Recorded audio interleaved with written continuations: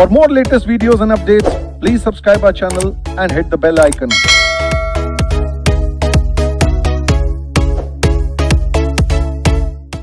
आइए, हम लोगों ने setting up business entity industrial and labour law में इंडस्ट्रियल एंड लेबर लॉ वाले पोर्शन को स्टार्ट किया था। एग्जाम में वेटेज इसका 40 मार्क्स का है और इसमें हमें ढेर सारे एक्ट पढ़ने हैं, जिसमें से हम लोगों ने जिस एक्ट को पढ़ना शुरू किया उसका नाम क्या है? Industrial dispute act. इसमें जो ढेर सारे एक्ट हैं वो एक्ट बिल्कुल साफ तौर पे कहता है कि जितने भी एक्ट बनाए गए उसका पर्पस बस इतना ही है कि एम्प्लॉय और एम्प्लॉयर के बीच में हार्मोनी हो, एम्प्लॉय और एम्प्लॉयर के बीच में अच्छे रिलेशन हो।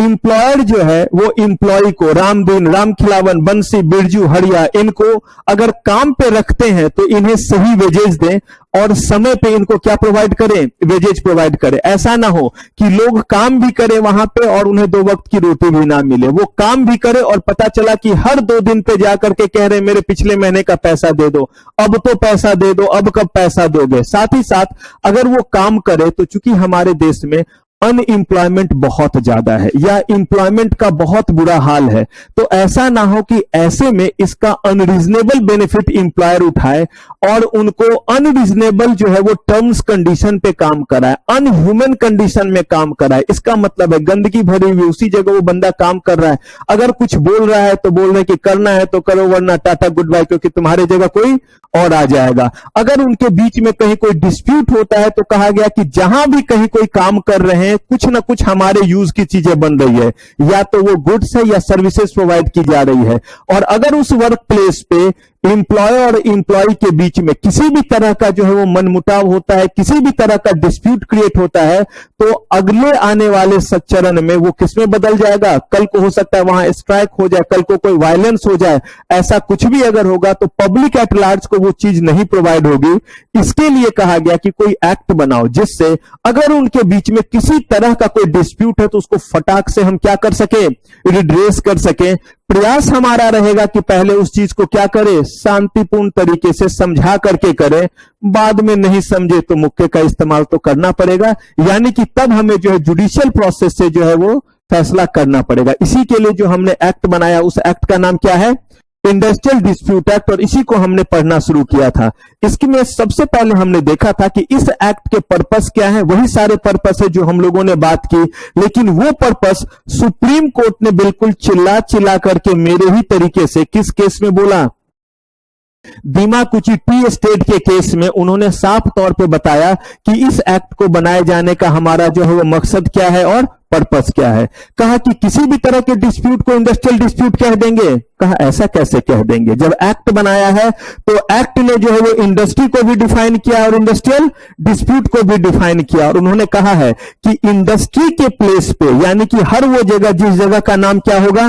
जिस जगह का नाम इंडस्ट्री होगा उस जगह पे अगर कोई डिस्प्यूट क्रिएट होगा तो उसको क्या बोलेंगे?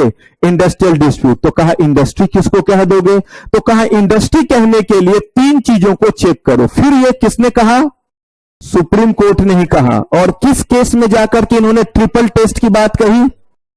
Bangalore water supply versus A Rajappa. इनके केस में उन्होंने कहा कि 3 चीजें देख लो। पहला, क्या वहां पे सिस्टमेटिक एक्टिविटी हो रहा है? सिस्टमेटिक एक्टिविटी का मतलब हुआ ये नहीं कि जैसे आप आज आए कल नहीं आए, परसों आए फिर नहीं आए। कहा यह सिस्टमेटिक नहीं हुआ। सिस्टमेटिक का मतलब है कि आप रेगुलर तरीके से जो है उस चीज को कर रहे, तो नहीं कहा जाता सिस्टमेटिक आपका एकेडमिक, यानी कि लगातार आप उस चीज को क्या कर रहे हैं। तो कहा अगर वहां पे सिस्टमेटिक एक्टिविटी होता है, और यह सिस्टमेटिक एक्टिविटी जो है वो किसके किसके मदद से होता है? एम्प्लॉय और एम्प्लॉयर के मदद से सिस्टमेटिक एक्टिविटी हो रहा है।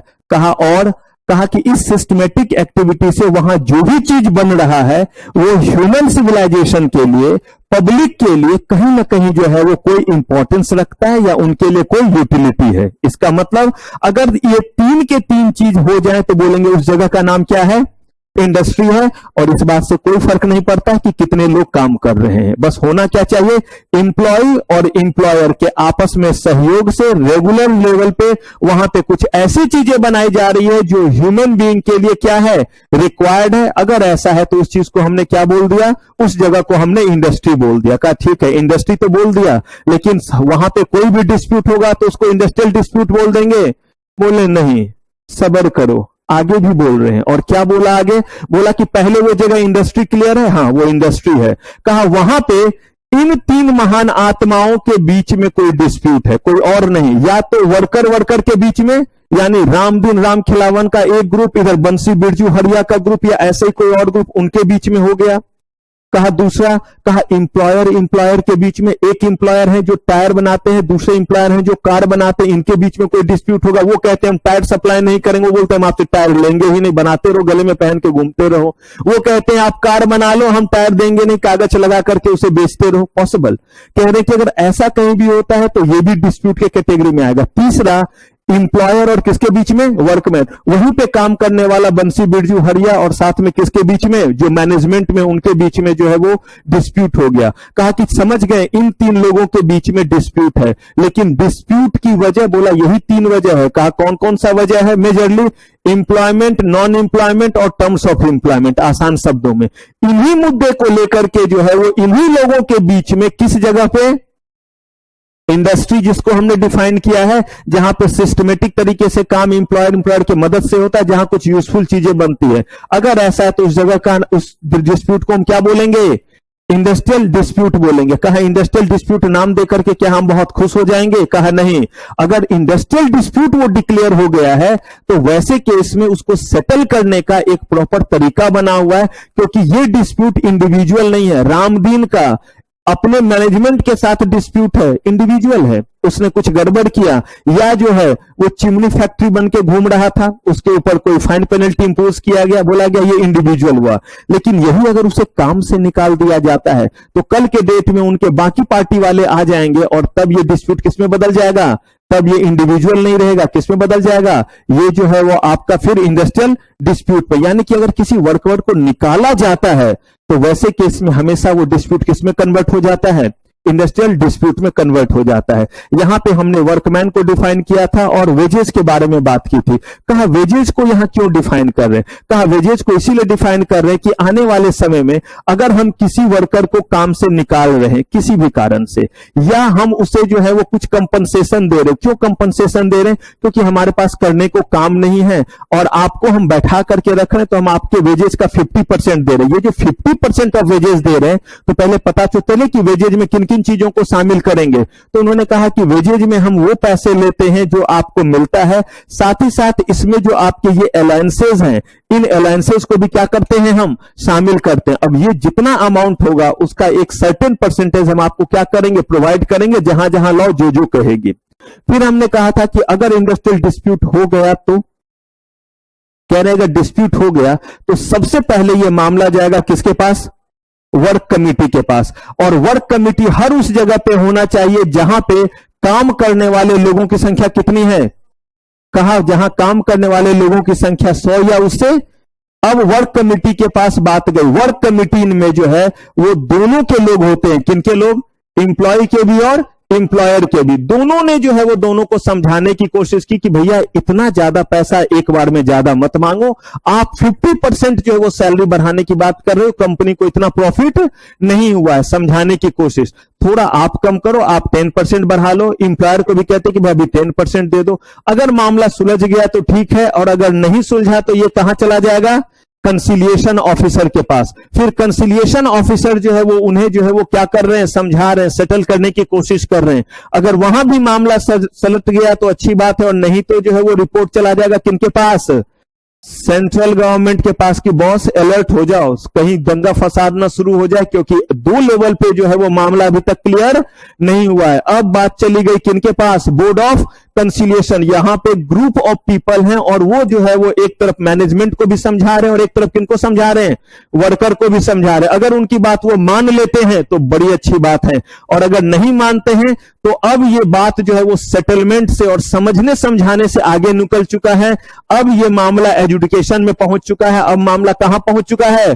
कोर्ट में पहुंच चुका है। लेकिन इसके लिए सिविल कोर्ट नहीं बनाए हमने, अलग से कोर्ट बनाए, ताकि ये ना हो कि सिविल कोर्ट में तो ऐसे ही इतने बड़े बड़े मामले पड़े हुए जहां तारीख पे तारीख और इंसान बन गया तारीख। यहां पे इनके इन बातों को सुनने के लिए कौन बैठा हुआ है? उसमें भी कि मेरे जो है वो सैलरी 10 रुपया बढ़ा दो तो 20 रुपया बढ़ा दो। इनके लिए कौन है? यहां पे लेबर कोर्ट है। लेबर कोर्ट इंडस्ट्रियल ट्रिब्यूनल और नेशनल ट्रिब्यूनल, इनके पास वो सारे पावर दिए हुए हैं। जो पावर किनको दिया हुआ है? जो पावर जो है वो सिविल कोर्ट को दिया हुआ। ये भी जो है वो लोगों को जो है वो बुला सकते हैं, नहीं आने पे उनके खिलाफ वारंट जारी कर सकते हैं और पूरे राजकीय सम्मान के साथ उन्हें खींच करके लाया जाएगा और तब यहां विटनेस में रखा जाएगा। यानी कि वो सारे अधिकार जो किनके पास हैं? सिविल कोर्ट के पास है, वो है लेबर कोर्ट को, इंडस्ट्रियल ट्रिब्यूनल और नेशनल ट्रिब्यूनल को। इन्होंने जो फैसला सुना दिया उसमें इफ बट नहीं है, लेकिन यहां तक किसने? वर्क कमेटी ने, कंसिलिएशन ऑफिसर ने, बोर्ड ऑफ कंसिलिएशन ने, इन लोगों ने जो फैसला सुनाया है, जब तक सारे लोग इसको मान नहीं लेते हैं तब तक उस फैसले का कोई अहमियत नहीं है। सब कुछ समझा दिया। रामदीन का ग्रुप कहता है मुझे नहीं मानना, निकल सकता है। अगर जो है वो लेबर कोर्ट ने बोल दिया कि नहीं सैलरी नहीं बढ़ेगी, अब रामदीन अगर बोलेगा मुझे नहीं मानना है तो बहुत जोर का मुक्का पड़ेगा उन्हें लेबर कोर्ट से। यानी इन्होंने जो फैसला सुनाया है वो अवार्ड है, और जो फैसला कहां तक आया है? बोर्ड ऑफ कंसिलिएशन तक, उसको क्या बोलते हैं? सेटलमेंट है। अब इन्होंने कहा कि अगर मान लीजिए कि इस बीच में लेबर कोर्ट में मामला गया, और कोर्ट तो बिल्कुल डेट देती है, लेबर कोर्ट ने डेट दिया, अब रामदीन को भी महंगा पड़ रहा है और इधर जो है मैनेजमेंट है उनको भी महंगा पड़ रहा है। क्यों? क्योंकि अभी तक जो फैसला होता था उसमें दोनों का कन्वीनियंट टाइम लिया जाता था। अब कहा गया कोई कन्वीनियंट टाइम नहीं। जैसे नॉर्मली आप देखते होंगे, आपसे कभी कभी पूछा जाता है कि बच्चे इस समय ये कर ले, इस समय ये कर ले। जैसे ही आपसे पूछा जाता है आप चौड़े होते, नहीं इस समय तो ये है, इस समय तो हमारा ये है, उस समय हम बिजी हैं। मैं बोलता हूं कि इस समय और इतने बजे तक क्लास होगी, काम खत्म हो गया। काम आसान नहीं हो जाता है। तो यही दो तरीका, एक हुआ कि जिसमें कह दिया गया कि कुछ आप कहें कुछ हम कहें और कहीं पे पहुंचने की कोशिश करते हैं, वो हो गया हमारा सेटलमेंट। लेकिन अब जो है वो मामला कहां गया हुआ है? लेबर कोर्ट में गया हुआ है। उन्होंने कह दिया कि इतने बजे ही दोनों को पहुंचना है, नहीं पहुंचोगे एक्स पार्टी जजमेंट सुना देंगे। मतलब एक लोगों की बातों को मानेंगे और हम अपना फैसला सुना देंगे। मैनेजमेंट को भी लग रहा है कहां इतना बड़ा का हमारा जो है वो क्या चल रहा था, हमारा इतना बड़ा मीटिंग था, करोड़ों का इन्वेस्टमेंट वाला मीटिंग था, उसको छोड़ करके यहां मजदूरों के 10 रुपए बढ़ाने वाले में लगे हैं। उनको भी इनकन्वीनियंस होने लगा। वो बोलते इससे अच्छा इस मामले को आर्बिट्रेशन में रेफर कर दो, और आर्बिट्रेटर जो है वो थोड़ा सा आपको फ्रीडम देता है टाइमिंग वगैरह को लेकर के। लेकिन आर्बिट्रेटर के द्वारा भी सुनाया गया जो फैसला होता है उसको भी अवार्ड कहते हैं, और अवार्ड का मतलब है कि वो भी आपको क्या करना पड़ेगा? मानना पड़ेगा।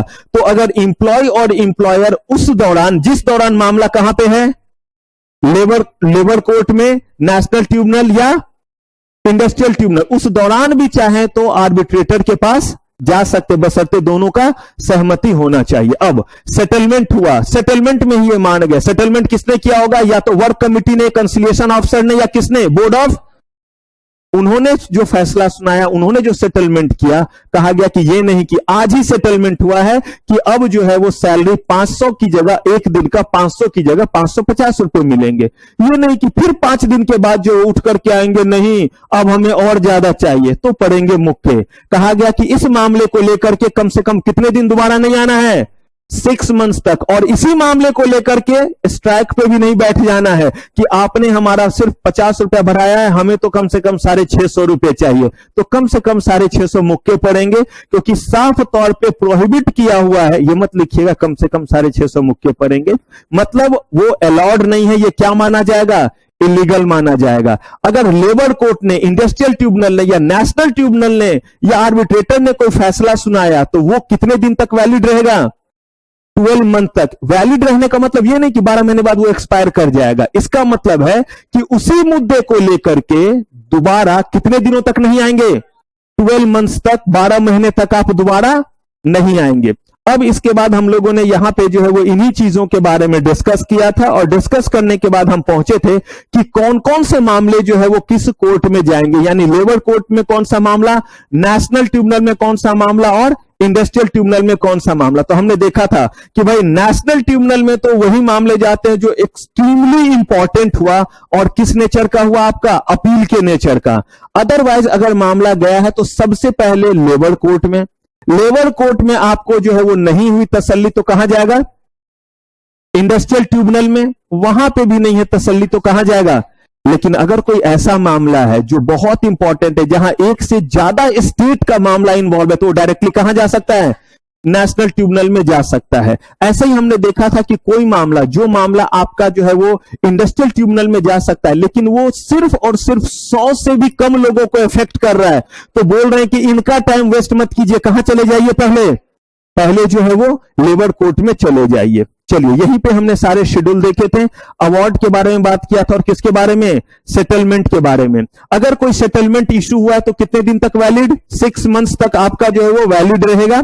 यहां पे हमने देखा था कि अगर कहीं भी कोई भी जो है वो वर्कर है जो सीकनेस बेनिफिट में है, सीकनेस बेनिफिट का मतलब है कि रामदीन बीमार है, रामदीन को कहा गया कि आपको जो है वो 91 डेज तक का सीकनेस बेनिफिट मिलेगा, जिसमें हम आपको आपके वेजेस का 70% देंगे। कितना परसेंट देंगे, 70%, 70%। उस दौरान ना उसको काम से निकाल सकते हैं, ना उसको जो है वो वेजेज उसका कम कर सकते हैं, और ना ही किसी तरह से उसको जो है वो टर्मिनेट या ट्रांसफर कर सकते हैं। ठीक वैसे ही अगर कोई जो है वो फीमेल वर्कर जो है वो मैटरनिटी बेनिफिट उस समय ले रही है, तो उस केस में उनको उस बीच में ना निकालेंगे, ना कहीं ट्रांसफर करेंगे, ना ही उनके किसी फैसिलिटी को क्या करेंगे, हम डाउनग्रेड करेंगे।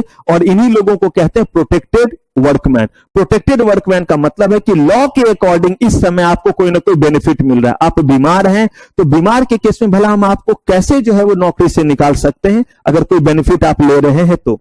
फिर हमने देखा था कि स्ट्राइक, अगर कोई लेबर चाहे तो स्ट्राइक कर सकता है, वर्कर चाहे तो स्ट्राइक कर सकता है, लेकिन स्ट्राइक क्या होना चाहिए, लीगल होना चाहिए। और स्ट्राइक कहा गया कि लीगल नहीं होगा। कब लीगल नहीं होगा, पता चला कि इधर आर्बिट्रेशन चल रहा है, इधर जो है वो लेबर कोर्ट में मामला है, या मामला कंसिलिएशन में है, और आप इधर कहां चले गए, स्ट्राइक में। या सेटलमेंट हो गया, अभी 6 महीने नहीं बीते हैं, कोर्ट ने फैसला सुनाया था, 12 महीने नहीं बीते, और उसी मुद्दे को लेकर के कहां चले गए हैं, स्ट्राइक में। तो ऐसे सारे स्ट्राइक को हम क्या बोलते हैं, इलीगल। और अगर स्ट्राइक आपका इलीगल है तो वेजेस तो नहीं मिलेंगे, साथ ही साथ आपके ऊपर फाइन, पेनल्टी और आपके ऊपर लीगल एक्शन लिया जा सकता है और आपको काम से निकाला जा सकता है। अगर आप पब्लिक यूटिलिटी सर्विस में हैं, यानी कि कोई ऐसे सर्विस में है जिनका बहुत ज्यादा लोगों को यूज है, पीएसयूज का मतलब पब्लिक सेक्टर अंडरटेकिंग होता है, लेकिन यहां कहना यह चाह रहे हैं कि वो लोगों के लिए जो है वो बहुत नेसेसिटी नेचर का है, तो वैसे केस में आप जो है अगर स्ट्राइक पे जाना चाहते हैं तो सबसे पहले आपको ध्यान रखना है कि कम से कम 14 दिन का आप क्या देंगे, मिनिमम 14 डेज का। और ये नहीं कि नोटिस दे दिया और उसके बाद स्ट्राइक पे नहीं गए, मत जाइए स्ट्राइक पे, लेकिन अगर जाना है तो नोटिस देने के 6 सप्ताह के भीतर आपको क्या करना पड़ेगा। अगर आप नहीं गए तो कोई बात नहीं, अब आपको दोबारा से क्या देना पड़ेगा, फिर कितने दिन का कम से कम, फिर 14 डेज का कम से कम नोटिस देना पड़ेगा। उसके बाद ही आप कहां जा सकते हैं, उसके बाद ही जो है आप स्ट्राइक पे जा सकते हैं। हमने इसके बाद देखा था कि अगर आपका इलीगल स्ट्राइक है कोई वेजेज नहीं मिलेगा, लेकिन यहां पे एक केस भी हमने देखा था कि अगर आपका स्ट्राइक लीगल है तो कोई आपको डिसमिस नहीं कर सकता, इलीगल स्ट्राइक है तो आप डिसमिस किए जा सकते हैं। एक इसमें जो है बड़ा शानदार जजमेंट आया था जिसमें कहा गया था कि अगर स्ट्राइक लीगल है तो उनको वेजेज मिले या ना मिले।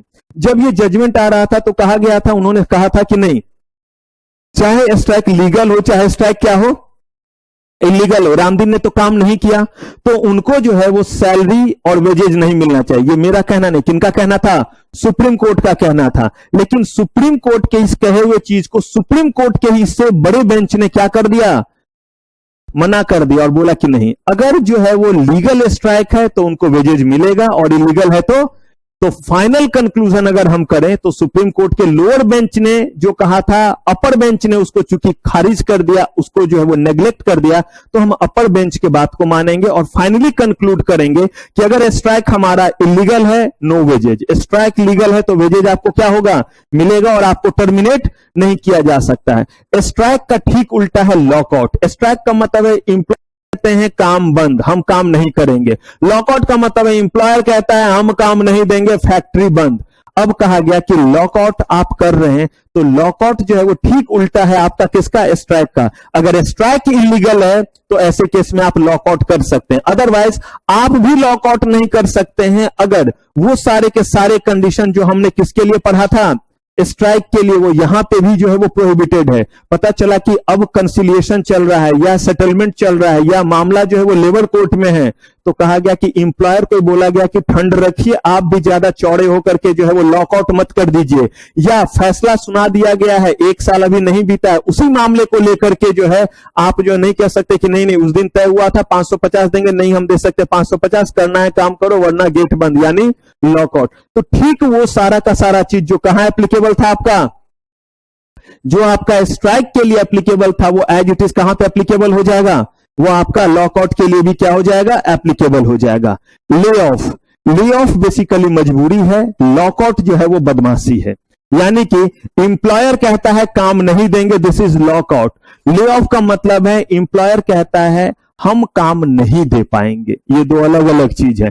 आप क्लास नहीं आ पाए, आप बीमार थे, आप क्लास नहीं आए क्योंकि आप घूम रहे थे, आप डिवाइन देख रहे थे, आप कहीं जो है वो गए हुए थे, या किसी को हॉस्पिटल लेकर के गए थे, जो कि खुद जो है वो स्वस्थ थे, उन्हीं को क्या कर दिया था, हॉस्पिटलाइज कर दिया था। कहने का मतलब है कि अगर जो है वो चीजें जेन्युइन है, आप बीमार हैं, तो ये हुआ ले ऑफ, अगर नहीं तो ये क्या है, लॉकआउट। कहा गया कि ले ऑफ क्यों किया, मजदूर आए हुए हैं, आप कह रहे हैं कि इतना पहले से बन करके तैयार है, ये ऑलरेडी मार्केट में बिक नहीं रहा है, कैसे काम कराएं, हमारे पास कोयला है ही नहीं, या इलेक्ट्रिसिटी है ही नहीं, पावर हमारे पास है ही नहीं, या बाढ़ आया हुआ है, रामदीन तैर तैर के आ रहा है, बोल रहा है काम दे दो, तो वैसे में हम कहां से काम दे दे। कहा गया कि अगर ऐसी कोई मजबूरी है तो उसको हम लोग किस नाम से जानते हैं, उसको हम लोग कहते हैं ले ऑफ, नेचुरल कैलामिटी या कोई भी ऐसा चीज। कहा गया लेकिन ले ऑफ के केस में अगर कोई बंदा 1 साल से क्या कर रहा है, आपके पास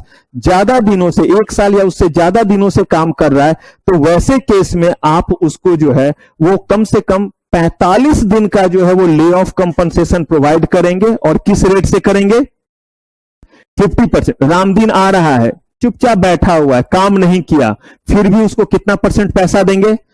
हम आपकी भी मजबूरी समझते हैं क्योंकि आप जो है वो चीजों को नहीं बना पा रहे मजबूरी के कारण, तो वो भी इस बात को समझा, लेकिन उसका भी तो घर चलना है, उसके भी तो रामदीन, चुन्नू मुन्नू गुड़िया बबली टिंकू भी आने वाला है, कह रहे इन चीजों के लिए उनको भी क्या चाहिए, पैसे चाहिए, खाना पीना खाना है। तो कहा लेकिन ये कितने दिनों तक, 45, उससे ज्यादा के लिए जो है वो अकाउंटेबल नहीं है। कहा इससे ज्यादा हम बैठा करके 50% जो है वो नहीं दे पाएंगे, कोई और सॉल्यूशन उस समय ढूंढा जाएगा।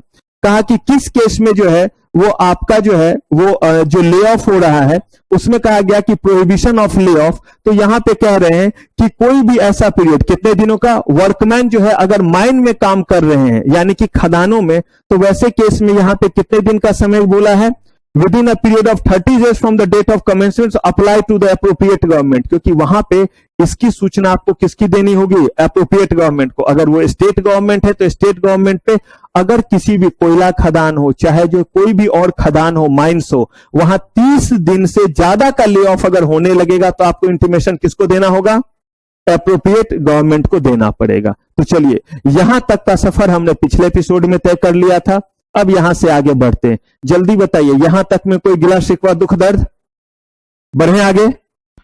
अब बात करते हैं हम लोग रिट्रेंचमेंट की, ध्यान से समझिएगा। रिट्रेंचमेंट का मतलब हुआ कि कोई भी जो है वो एम्प्लॉयर ये नहीं चाहता है कि अपने एम्प्लॉय को काम से निकाले, क्योंकि उस एम्प्लॉय को उन्होंने ट्रेन किया है, उस एम्प्लॉय को चीजों को सिखाया है। लेकिन फिर बात आती है मजबूरी की। जैसे आप देखते हैं कि घर में ही जो है वो अपने पेट को लोग कहते हैं कि हमने इनको बच्चे की तरह पाला है, लेकिन सही में अपने बच्चे पे और पेट पे चुनना पड़ जाए तो किनको चुनेंगे, असली वाले बच्चे को या सो कॉल्ड बच्चे को। तो ऐसे केस में यहां पे कह रहे हैं अपनी अपनी इच्छा, अपनी अपनी जो है वो ये। अब कह रहे हैं कि अगर मान लीजिए कि काम कर रहे हैं, एम्प्लॉयर ने एम्प्लॉय को रखा है, लेकिन इतना ज्यादा लॉस हो रहा है, या हमारे पास उतना काम ही नहीं है, या मार्केट श्रिंक कर गया, कोरोना का दौर आ गया, चीजें बाहर नहीं जा रही है, या जिस चीज को हम बनाते थे वो चीजें थोड़ा आउट फैशन होता जा रहा है, या उसके बदले में कोई सब्स्टिट्यूट आ गया है और उस सब्स्टिट्यूट को लोग क्या करने लगे हैं, यूज करने लगे हैं। कहा अगर ऐसा कहीं कोई चीज है तो कहीं ना कहीं हमारा प्रोडक्शन, हमें क्या करना पड़ेगा, हमें अपने प्रोडक्शन को कम पड़ना पड़ेगा। और अगर हम अपना प्रोडक्शन को कम करेंगे तो ऐसे केस में क्या हमारे उतने वर्कफोर्स की हमें रिक्वायरमेंट है, अगर उतने वर्कफोर्स की रिक्वायरमेंट नहीं है तो हम उन्हें कहेंगे टाटा गुड बाय। लेकिन ये टाटा गुड बाय उस सिचुएशन में नहीं आ रहा है जब उनकी सेवा रियल में समाप्त हुई, क्योंकि उनका रिटायरमेंट एज आ गया है। तो रिट्रेंचमेंट का मतलब होता है termination of job of employ but not in the situation of voluntary retirement. अपनी मर्जी से छोड़ करके नहीं जा रहे हैं, ना ही उनका वो एज आ गया है जो कॉन्ट्रैक्ट के अकॉर्डिंग सेट था, जिसको हम लोग सुपर एन्युएशन कहते हैं, ना ही जो है वो उनका रिटायरमेंट का एज आया है, और साथ ही साथ यहां कह रहे हैं ना ही कोई डिसिप्लिनरी एक्शन लेकर के निकाल रहे हैं।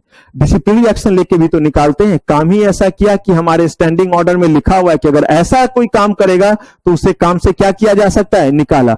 इनमें से कोई भी घटना नहीं हुई, लेकिन फिर भी उसको काम से हटाया जा रहा है।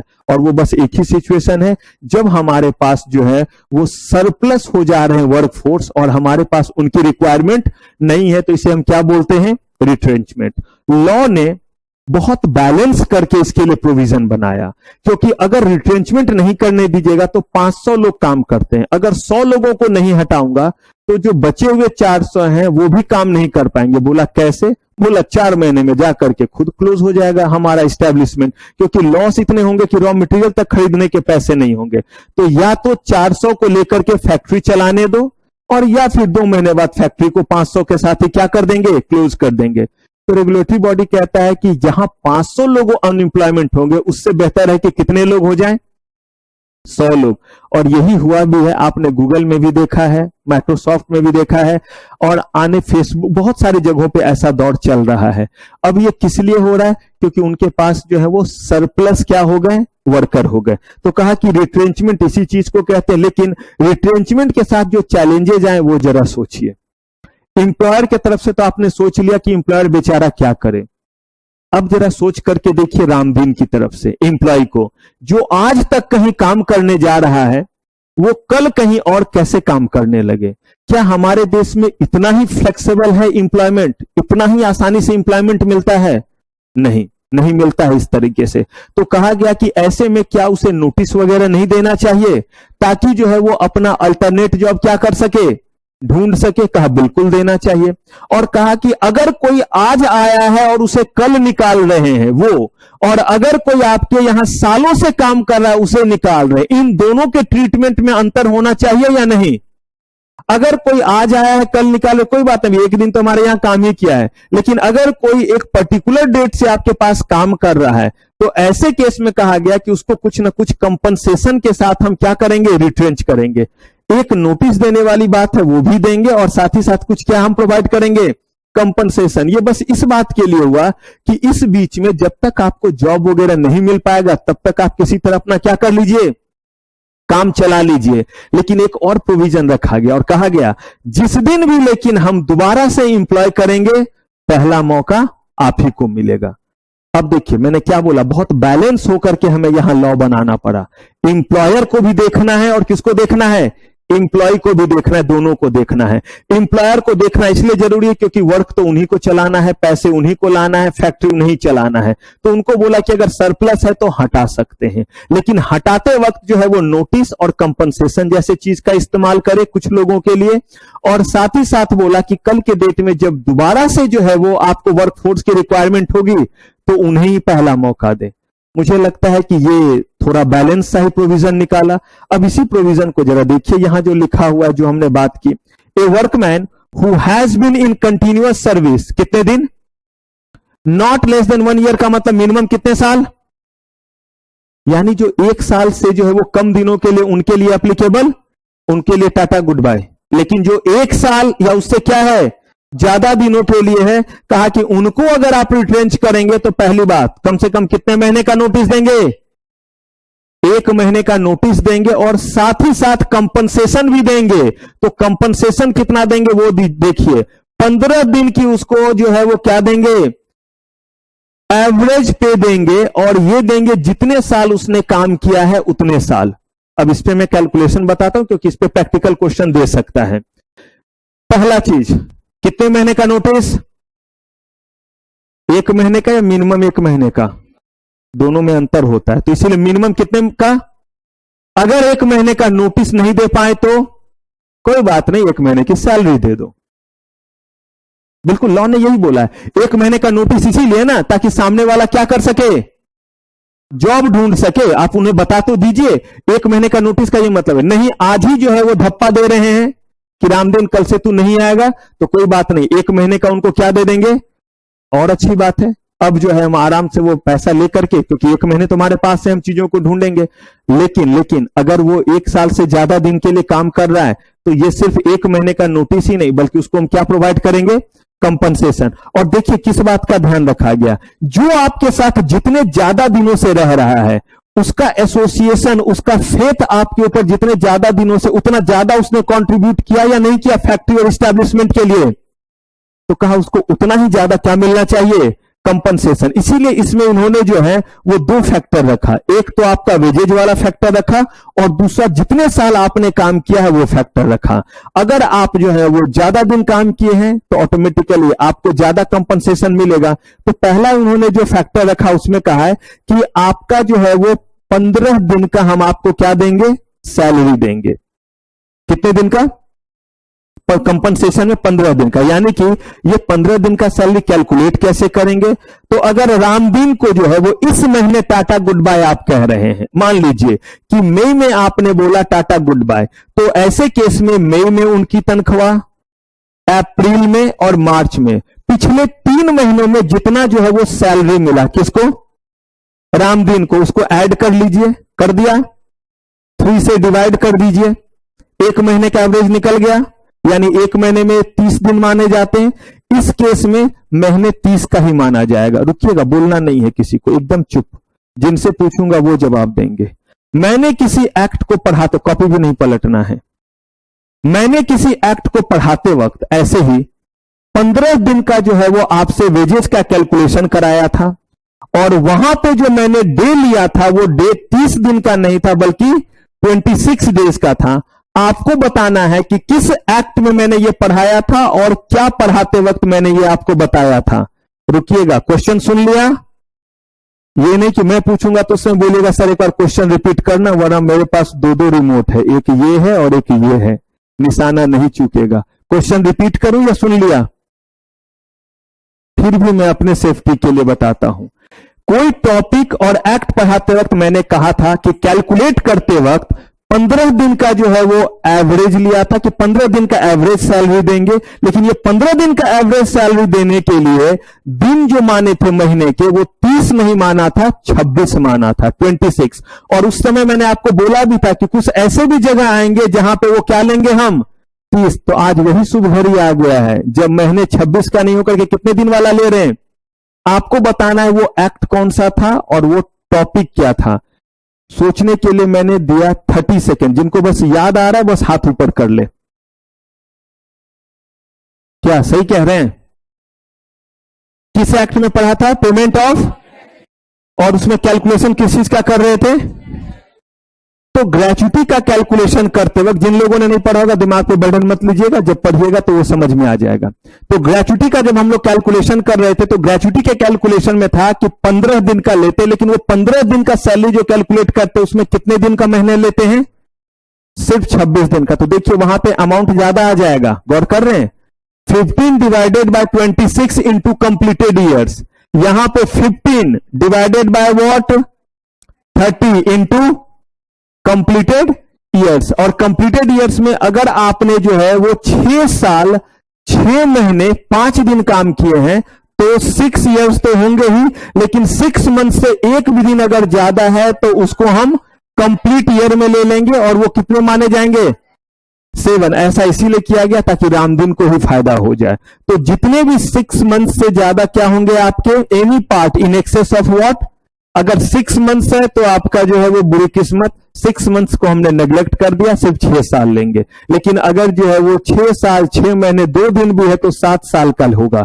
यानी कि आपके 3 महीने में जो पैसे मिले, मान लीजिए 10-10 हजार करके मिला तो कितना हो गया? 30,000।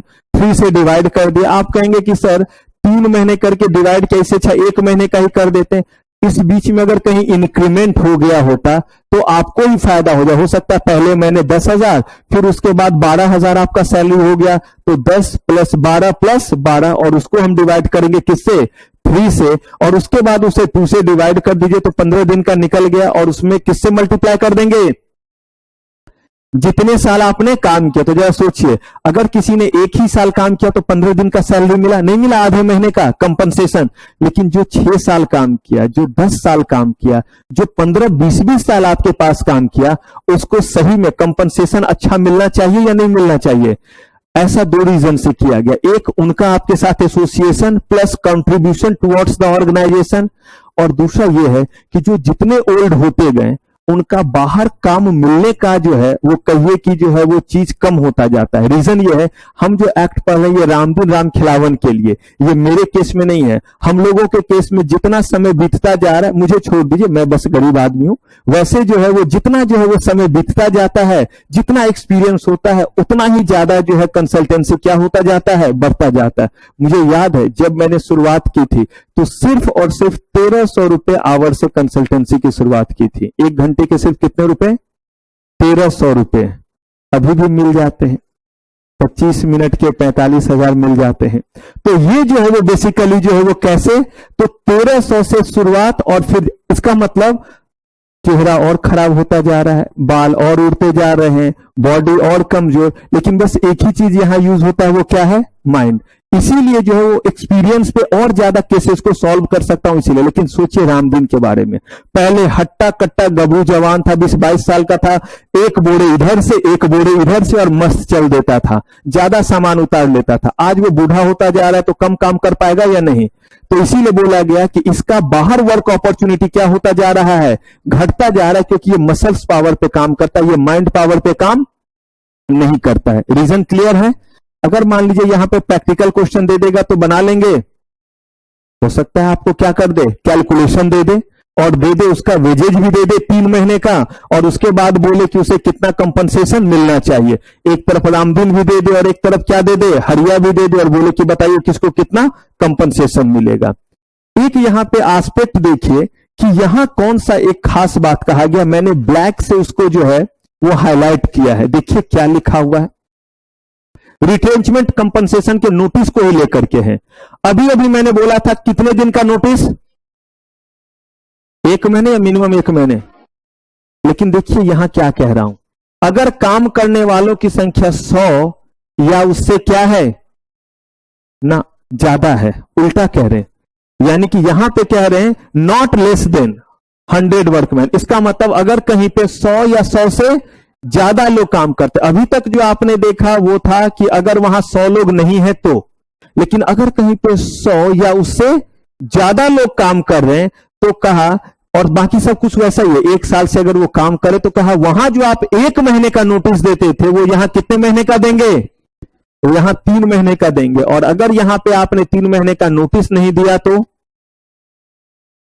आपको 3 महीने की क्या देनी पड़ेगी। आपको कोई लॉजिक समझ में आता है कि जहां ज्यादा लोग हैं वहां पे और ज्यादा दिन का नोटिस क्यों देंगे, क्या बताइए। बोला तो हाँ, क्या, ऐसे नहीं, साफ बोलिए कि मुझ तक सुनाई दे।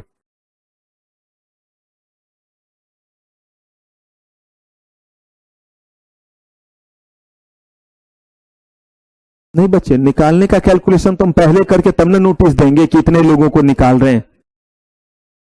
हाँ, ज्यादा लोग, बिल्कुल, इसका मतलब ज्यादा लोग काम करे, सही कह रहे हैं, इनका भी यही था कहना कि ज्यादा लोग को निकाल रहे हैं, इसका मतलब ज्यादा लोग बेरोजगार होंगे, और उसी जगह अगर ज्यादा लोग काम ढूंढने के लिए जाएंगे तो वर्क मिलना और मुश्किल होगा या नहीं। अरे भाई कम लोगों में से निकाल रहे हैं, तो अब आपने हाय तौबा देखा कि इतने लोगों को गूगल से निकाल दिया तो वो इंटरनेशनल लेवल का न्यूज बन गया, क्योंकि वो हाईली पेड इंप्लॉय थे। इतने हाईली पेड इंप्लॉय को एक साथ जगह कहां है कि फिर इतने ही पे रखा जाए। यही 2-4 को निकाला जाता तो मजे से वो सैलरी का हाइक लेकर के चले जाते, नहीं जाते कि गूगल में काम किया तो उसके बाद। लेकिन अगर एक बार में ये हजार को निकाला गया तो कहीं और उतने वर्कफोर्स के लिए जगह रहेगा, तभी तो ये जाएंगे। तो जहां पे बहुत ज्यादा लोग काम कर, अगर उनको एक साथ निकाल दिया तो ज्यादा दिन का नोटिस देना होगा, ताकि वो धीरे धीरे क्या कर सके, कुछ लोगों को यहां मिलेगा, कुछ को थोड़ा और दूर मिलेगा, तो उनको काम ढूंढने में और ज्यादा क्या लगेगा, समय लगेगा। क्लियर है ये बात। और नहीं तो फिर क्या दीजिए, अमाउंट दीजिए, पैसे पे कीजिए। अगर जो है वो बाद में आपके यहां फिर से अपॉर्चुनिटी क्रिएट होता है तो कहा गया कि हमेशा मौका किनको पहले दीजिए, और ये इंप्लॉयर भी देना चाहता है, ऐसा नहीं है कि ये जबरदस्ती किया गया। इंप्लॉयर को ही पता है कि मेरे मशीन पे, मेरे जो है वो इस सिस्टम पे उसने काम किया हुआ है, वो आएगा अगले दिन से काम करने लगेगा। लेकिन अगर किसी और को रखेंगे तो पहले क्या करना पड़ेगा, पहले तो ट्रेनिंग देनी पड़ेगी, फिर देखना पड़ेगा कि कुछ सामान वो बर्बाद तो नहीं कर रहा है, क्योंकि नया बंदा है, उस जो है वो मशीन पे जाएगा तो कहीं ना कहीं और क्या हो सकता है, कुछ नुकसान हो सकता है। अब एक और बुरा चीज, अभी तक तो जो है वो दोनों के बीच में झगड़ा, लॉकआउट, लेआउट या स्ट्राइक का मामला था, रिट्रेंचमेंट का मामला था, जहां पे कुछ लोगों की नौकरी जा रही थी। अब जो है वो बुरा वक्त, क्या कोई ऑर्गेनाइजेशन बंद नहीं होता, क्या कोई फैक्ट्री बंद नहीं होती? मूवी वगैरह बहुत सारी इस पे बनी हुई कि बहुत सारी फैक्ट्री जो है वो बंद हुई, लोगों ने सुसाइड किया, घर वाले का बुरा हाल, बच्चे पढ़ रहे थे, पढ़ाई रुक गई, दिस दैट, दुनिया भर की कहानी। कहा ऐसा ही सिचुएशन आया है, कंपनी को चला पाना या उस जो है वो इस्टेब्लिशमेंट को चला पाना पॉसिबल नहीं है। मैं कंपनी वर्ड नहीं बोलूंगा क्योंकि फिर वो वाइंडिंग अप हो जाएगा, मैं बात कर रहा हूं इस्टेब्लिशमेंट की। उस फैक्ट्री को, उस इस्टेब्लिशमेंट को, उस वर्क प्लेस को चला पाना पॉसिबल नहीं है, तो अंत में उसको क्या कर दिया जाएगा, मजबूरी है, बंद किया जाएगा। लेकिन क्लोजर करने के लिए बोला गया कि कम से कम कितने दिन पहले नोटिस देंगे, इसीलिए 60 दिन पहले नोटिस देंगे, ताकि जो भी वहां काम करते हैं वो अल्टरनेट जगहों पे काम क्या कर सके, ढूंढ सके। याद रखिएगा, जितने भी यहां पे डेट आ रहे हैं ये सारे के सारे इस चैप्टर में बहुत आपका एमसीक्यू बनेगा। ऑब्वियस सी बात है, जिस चैप्टर में जितना ज्यादा कंटेंट होगा उससे एमसीक्यू के चांस उतने बढ़ेंगे कि नहीं? हाँ जी, नहीं अभी नहीं, अभी पहले सिर्फ किसकी बात हम कर रहे हैं, पहले क्या दिया, नोटिस दिया, कितने दिनों का, उसके बाद के बात में अभी आते हैं क्योंकि वो आगे है, इसीलिए अभी नहीं जाएंगे। तो पहले जैसे रिट्रेंचमेंट कर रहे थे तो नोटिस दे रहे थे, उसमें क्या दे रहे थे, अगर 100 से कम लोग हैं तो 1 महीने का, और अगर 100 या उससे ज्यादा है तो कितने महीने का। साथ में कंपनसेशन दे रहे थे सिर्फ और सिर्फ उनको जो क्या किए हैं, 1 साल या उससे ज्यादा दिनों से। यहां पे अभी जो हमने बात की है वो सबके लिए नोटिस की बात है, और वो कितने दिनों का, कोई फर्क नहीं पड़ता है। वहां पे 100 लोग काम कर रहे थे, 200 लोग या 10 लोग काम कर रहे थे। अगला चीज, क्लोज हो रहा है तो ऐसे केस में 2 महीने का टाइम तो आपने ढूंढने के लिए दिया, रिट्रेंचमेंट में भी आपने ढूंढने के लिए दिया, लेकिन वहां कंपनसेशन दे रहे थे या नहीं? कह रहे हैं कि यहां कंपनसेशन मिलेगा, तो कहा यहां भी आपको कंपनसेशन मिलेगा। लेकिन फिर देखिए ये कंपनसेशन किसको दे रहे हैं, क्योंकि मैंने आपको कहा था कि जो तुरंत आए तुरंत गए उनसे हमारा कैसा इमोशन, तो इसीलिए जो है वो कंपनसेशन के लिए कहा गया कि जो क्या कर रहे हैं कम से कम 1 साल से, उनको जो है वो क्या मिलेगा, एंटाइटल है किस चीज के लिए, कंपनसेशन के लिए एंटाइटल है। कह रहे हैं कि where the undertaking is close down on account of unavoidable circumstances. एकाएक जो है वो ऐसा बाढ़ या ऐसा तूफान आया कि पूरा का पूरा प्लांट मशीनरी तहस नहस हो गया, दोबारा उसमें लगाने के लिए पैसे ही अभी नहीं है। करोड़ों का प्लांट था, हो सकता है हमने कभी नहीं सोचा था कि सुनामी में वहां तक जो है वो लहर आ जाएगी और वो पूरा का पूरा खत्म हो गया या उखाड़ करके फेंक दिया। क्या ऐसा हुआ या नहीं हुआ है? बहुतों जगह पे ऐसा बाढ़ वगैरह में होता है कि चीज पूरा का पूरा जो है वो बह गया। अगर बह गया तो क्या वो आपके कंट्रोल में था? आपके कंट्रोल वाला चीज थोड़ा सा फाइनेंशियल क्राइसिस वाला था कि कोरोना के कारण लगातार जो है वो चीजों की सप्लाई बंद रही, अब हम चलाने लायक कंडीशन में नहीं रहे तो बंद कर दिया। लेकिन ये जो आया वो कह रहे हैं कि अनअवॉइडेबल सर्कमस्टांसेस है। कोरोना वाला भी अनअवॉइडेबल हो सकता है क्योंकि किसी को नहीं पता था कि ऐसी भी कोई बीमारी आएगी जिसमें जो है वो पूरा का पूरा इंडिया जो है वो लॉकडाउन में चला जाएगा, यानी कि कोई घर से नहीं निकलेंगे, हर तरह का प्रोडक्शन और हर तरह का चीज बंद रहेगा। वैसे केस में कहा गया कंपनसेशन शैल नॉट एक्सीड कितना, एवरेज पे फॉर, वैसे कितना होगा ये जो है वो उन्होंने कहा कि हम तय करेंगे। कौन तय करेंगे? ये जो है वो तय करेंगे कि कितना जो है वो क्लोजर में मिलना चाहिए, और ये रिट्रेंचमेंट से कम अमाउंट नहीं रहता है इन जनरल। लेकिन अगर हम बात करें किसका, अगर हम बात करें कि अनअवॉइडेबल सर्कमस्टांसेस, जो बिल्कुल अनोखा तरह का चीज था, हमारे कंट्रोल में नहीं था, उस समय आपको थोड़ी रियायत दी गई और कहा गया कि ज्यादा से ज्यादा कितने महीने का, 3 महीने का आप पैसे दे दीजिए, उससे ज्यादा का आपको कंपनसेशन देने की जरूरत। लेकिन याद कीजिए, रिट्रेंचमेंट में जितने दिन, जितने साल काम किया है, उसमें हर जो है वो साल में कितने दिन का? 15 दिन का। इसका मतलब क्या हुआ, ये आप देखिए। इसका मतलब ये हुआ कि अगर मान लीजिए कि कोई जो है वो 20 साल काम किया है, कितने साल? अगर कोई जो है वो 20 साल काम किया, इसका मतलब उसको 10 महीने का सैलरी देना होगा या नहीं? हाँ या ना? नहीं हो गया। 15 दिन का सैलरी दे रहे हैं हर कंप्लीटेड ईयर पे, और उसने कितने दिन काम किया है? 20 साल काम किया है, तो इसका मतलब 10 महीने की सैलरी दे रहे हैं। कह रहे हैं कि अगर यहां पे वो 20 नहीं, वो पूरा 30 साल भी काम किया हो, तो भी उसे अब 15 महीने का सैलरी नहीं मिलेगा। क्यों मैं कह रहा हूं 30 साल में 15 महीने की सैलरी? ये क्लियर है, क्योंकि 15 दिन का देते हैं 1 साल पे, तो 2 साल में हो गया ना 1 महीने का। तो 30 साल अगर है तो 15 महीने की सैलरी कहा, इतना नहीं, मैक्सिमम कितना? कितना? 3 महीने का। क्लियर है ये चीज? नहीं समझ में आए बच्चे प्लीज पूछिएगा, क्योंकि इन चीजों पे प्रैक्टिकल क्वेश्चन, और मेरे जैसा अगर क्वेश्चन सेट करने वाला रहा तो वो राइट शॉर्ट नोट्स नहीं पूछेगा, वो सीधा सीधा इसका अप्लाइड करके ही पूछेगा। और यहां पे जो है वो एकदम रामदीन राम खिलावन नाम लिखेगा, और उसके बाद लिखेगा कि ये जो है वो नेचुरल डिजास्टर था जिसमें पूरा का पूरा जो है वो फैक्ट्री कोलैप्स कर गया। What is the maximum amount which shall be paid by the employer as compensation for closing of the establishment. समझ रहे हैं बात को? तो इसके लिए करना कुछ भी नहीं है, बस प्रोविजन लिखना है और उसके बाद कैलकुलेशन कर देना है, और बात बस इतनी लिखना है कि चूंकि ये अनअवॉइडेबल सर्कमस्टांसेस है, तो इस केस में कितना? मैक्सिमम 3 महीने का। अगर एक्सेप्शनल सर्कमस्टांसेस नहीं रहेगा तो कैलकुलेशन उसी बेसिस पे करते हैं जैसा किसमें करते हैं? रिट्रेंचमेंट में करते हैं। तो वैसे केस में 15 दिन का इनटू जो है वो कंप्लीटेड ईयर्स, और any months more than 6 months shall be consider as 1 completed year. Clear है ये? पेनल्टीज, पेनल्टीज कब इंपोज किया जाता है? ऑब्वियस सी बात है, जो जो प्रोविजन इसमें दिए हुए उसको आपने फुलफिल नहीं किया, तो इस एक्ट में ढेर सारे पेनल्टीज इसीलिए आपको देखने को मिल रहा है, क्योंकि प्रोविजन क्या है? ढेर सारे हैं, इसीलिए क्या देखने को मिल रहा है? पेनल्टी भी। जैसे lockout, lay off, strike, retrenchment, इतने सारे चीज हैं। कहीं किसी जगह गड़बड़ किया तो क्या होगा? ये फाइन पेनल्टी आप पे इंपोज किया जाएगा। अगर मैं सही में बोलूं तो डिस्क्रिप्टिव के लिए ये बिल्कुल इंपॉर्टेंट नहीं है कि आप इसको क्या करें? रेक्टिफाई करें, ये मुश्किल काम है। इसीलिए जहां भी मैंने पेनल्टी लिखाया है हमेशा उसको लास्ट के लिए रखें। जब आपको लगे कि मैं चीज नहीं चाइनीज हूं, मैं तो 007 जेम्स बॉन्ड हूं, मुझे सब याद हो जाएगा, अगर ऐसा हो जाए तो सबसे लास्ट में क्या याद करना शुरू कीजिए?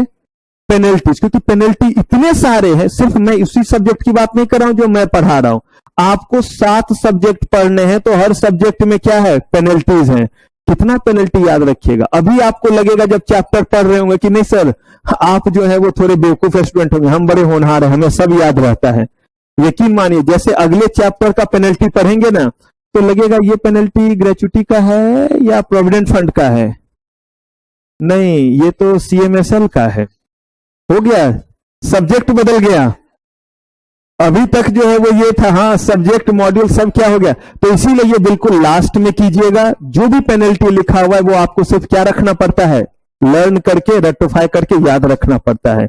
ले ऑफ विदाउट क्या किया? अगर ऐसा है तो इस केस में फाइन पेनल्टी लिखा हुआ है। एक तरीका बताता हूं जिससे आप इसको घर पे खुद करेंगे। सबसे पहले ये देख लीजिएगा कि कौन कौन सा कॉन्ट्रावेंशन में सेम तरह का, जैसे देखिए रिट्रेंचमेंट वाला और ले ऑफ वाला, इन दोनों में देखिए सेम मिल रहा है पेनल्टी। अगर ऐसा सेम रहे तो कोशिश कीजिए जिसमें जिसमें जो है वो इंप्रीजमेंट और पेनल्टी एक जैसा रहे, जैसे 1000 1000 1000, ऐसा जहां जहां रहे 1000 वाला उसको क्या कीजिए? एक जगह। जहां तो ये 5000 वाला रहे उसको क्या कीजिए? एक जगह कीजिए। तो उससे याद रखना थोड़ा क्या हो जाएगा? आसान। और फिर मैं आपको कह रहा हूं, ये कोई भी इंटेलेक्चुअल क्वेश्चन नहीं है। अगर रियल में मैं सेटर रहा तो मैं जीवन में जान दे दूंगा, लेकिन पेनल्टी से एक क्वेश्चन नहीं पूछूंगा, क्योंकि वो बच्चे से पूछना नहीं हुआ, ये हुआ कि सीएस जैसे प्रोफेशन का तौहीन करना ही। पेनल्टी बच्चा कैसे करके लर्न करे, कैसे, क्योंकि बहुत सारे पेनल्टी होते हैं, ये तो रेक्टिफाई जैसा हो गया, तो चांसेस इसीलिए थोड़े कम रहते हैं। बट मैंने आपको पहले ही बोला 12 लोग जो है वो सेट करते हैं, और उसी में से कुछ होते हैं कांपते हाथ। कांपते हाथ मतलब बूढ़े व्यक्ति, उनको बड़ी जल्दी रहती कि जल्दी से क्वेश्चन सेट करो और क्या करो, घर चलो। हमें जब मिलता है तो हम तो घर द्वार सब भूल जाते, फोन का पता नहीं, फोन कहीं पड़ा हुआ है, आराम से तसल्ली से मचा देते हैं। समझ रहे हैं कि जब मौका मिले तो बच्चे के पास भी जब ये क्वेश्चन जाए तो उन्हें भी लगे वाह क्या क्वेश्चन पूछा है, क्या क्लास का क्वेश्चन। अगर आपने पढ़ा हुआ है तो यकीन मानिए दिल आपका गार्डन गार्डन होगा, मजा आ गया। सब जो है वो बहुत अकल वाली क्वेश्चन पूछी है, कितना अप्लाइड क्वेश्चन था, कुछ रटने की जरूरत नहीं थी, सब हमने लिख दिया। और नहीं, जो रेटोफाई वाला बच्चा है वो तो बद्दुआ देगा। बद्दुआ क्या, वो सीधे बोलता है out of the syllabus, out of the syllabus. तो ये जो वर्ड आप सुनते हैं ना, आउट ऑफ द सिलेबस, वो आउट ऑफ द सिलेबस कुछ नहीं होता है। बस हमने इसी जगह से ये जो प्रोविजन दिया हुआ है, ये देखिए ना, यही प्रोविजन है, कंपनसेशन ही तो लिखा हुआ है। अगर इसमें एक केस लॉ बना दे तो नहीं लगेगा आउट ऑफ द सिलेबस। और यही हम पूछ दें कि write short notes on compensation given at the time of closure of establishment, तो इन ऑफ द सिलेबस हो गया ना। चलिए, तो अब आप इस पेनल्टी का क्या करेंगे, अपना तरीका, जहां एक जैसा रहे उसको क्या करेंगे, एक जगह लिख करके ध्यान रखेंगे। अगर कह रहे कि ऑफेंस, इस सिचुएशन को जरा देखिए, किसके द्वारा हुआ है। अगर कंपनी ने किया है तो बाय गॉड आपको बड़ी इज्जत दी गई है। कंपनी के कंपनी सेक्रेटरी इसके लिए लायबल होते हैं, डायरेक्टर जो है वो क्या होते हैं, लायबल होते हैं। और जब वो लायबल होंगे तो फाइन पेनल्टी उनके पर, देखिए मैंने क्या, ये देखिए लिखा हुआ है सेक्शन 32 में, ये देखिए वर्ड लिखा हुआ है। इस सेक्रेटरी का मतलब पर्सनल सेक्रेटरी आप नहीं ना समझ रहे हैं, हाँ जी, इस सेक्रेटरी का मतलब क्या है, कंपनी सेक्रेटरी है। तो कंपनी सेक्रेटरी अकाउंटेबल होंगे। और उस केस में जो आप इंप्रीजमेंट का प्रोविजन देख रहे हैं वो किनके ऊपर एप्लीकेबल होगा, कंपनी सेक्रेटरी पे भी जो है वो क्या होगा, एप्लीकेबल होगा। अनफेयर लेबर प्रैक्टिस कहा गया कि अगर कोई अनफेयर लेबर प्रैक्टिस करेगा तो उस केस में इंप्रीजमेंट कितना है, 6 मंथ्स का, और फाइन कितना, ये फिर आपका क्या है, पेनल्टी ही है।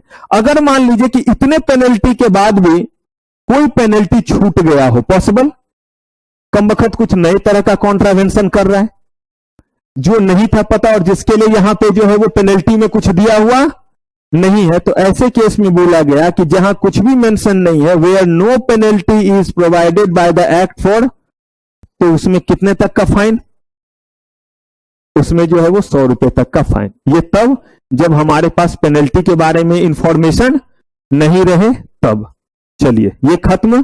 अब आप अपना जो है वो नोट्स निकालिए जो आपके पास है, बैक साइड पहुंचिए और आ जाइए इस जगह पे। चलिए स्टार्ट इसी तरफ से करते हैं, सबके पास क्वेश्चन आना है, इतने क्वेश्चन है इसीलिए कोई टेंशन ही नहीं है। चलिए प्राची, क्वेश्चन नंबर 1 क्या है answer, A is the correct answer, tick कर दीजिए सब में। क्वेश्चन नंबर 2 क्या नाम बताया आपने, राजेश। क्वेश्चन नंबर 2 डी, जिनका जिनका कहना डी है हाथ उठाइए, जिनका कहना सी है, जिनका कहना बी है, जिनका कहना ए है, ए इज द करेक्ट आंसर, ए पे टिक लगाइए।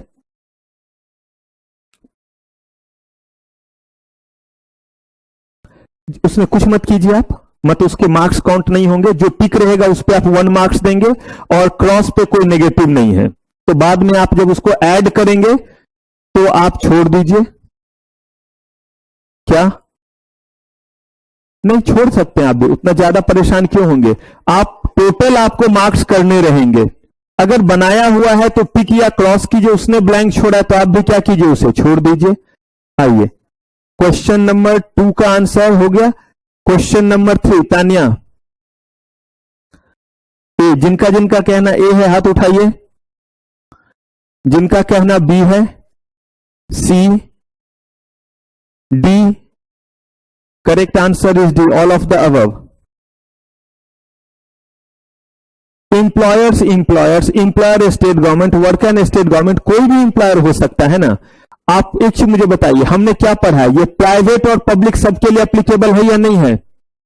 तो यहां स्टेट गवर्नमेंट का मतलब वो आपको मामू बनाना चाह रहा है, वहां तो लिखना चाहिए था क्या, एम्प्लॉयर, उसकी जगह क्या लिख दिया, स्टेट गवर्नमेंट। यही तो देखिए नीचे क्या लिखा हुआ है, ऑल ऑफ द अबव, तो इसको भी आपको ध्यान में रखना है।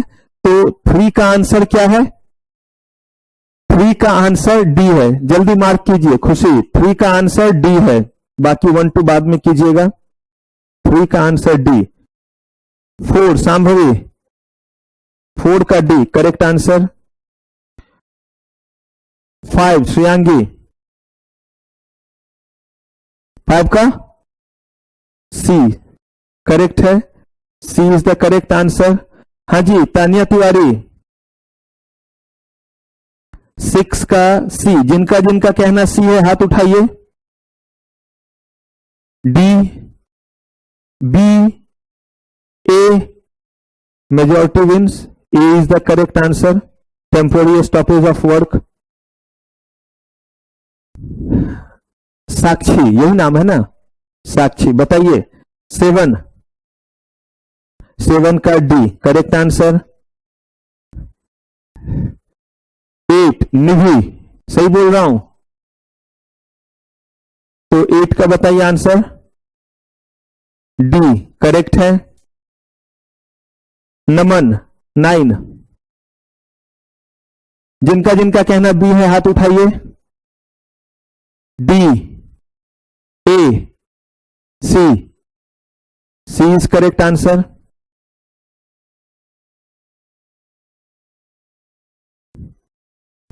बताइए विराट कोहली, 10 का, 10 का डी करेक्ट है। अंकित 11 का, अलर्ट रहेंगे अपने क्वेश्चन पेपर के साथ कि अगला क्वेश्चन कौन सा है। 11 का ए करेक्ट है। सचिन 12 क्या, डी सही है। 12 का D is the correct answer.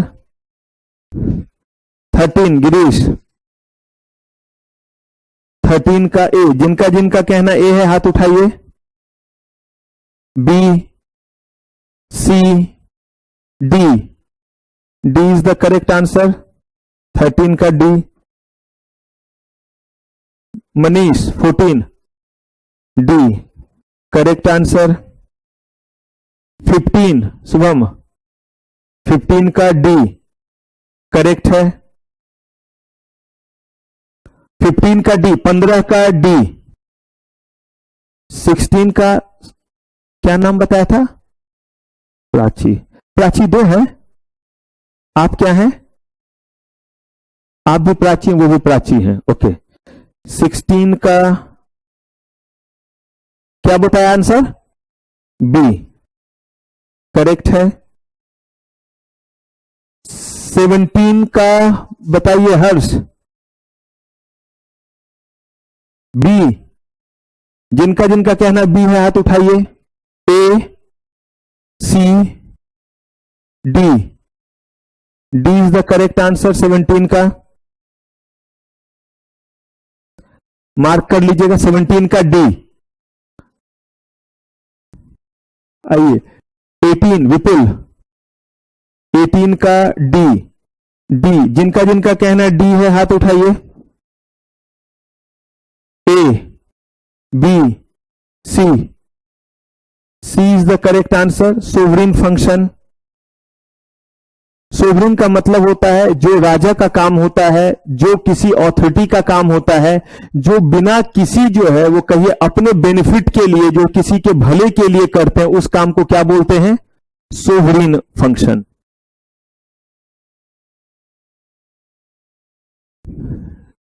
Nineteen जूही, 19 का डी करेक्ट है। नवनीत 20, 20 सी जिनका कहना है हाथ उठाइए। सी, डी, बी, ए, क्या मतलब है एक्टिविटीज ऑफ पंजरा पोल का,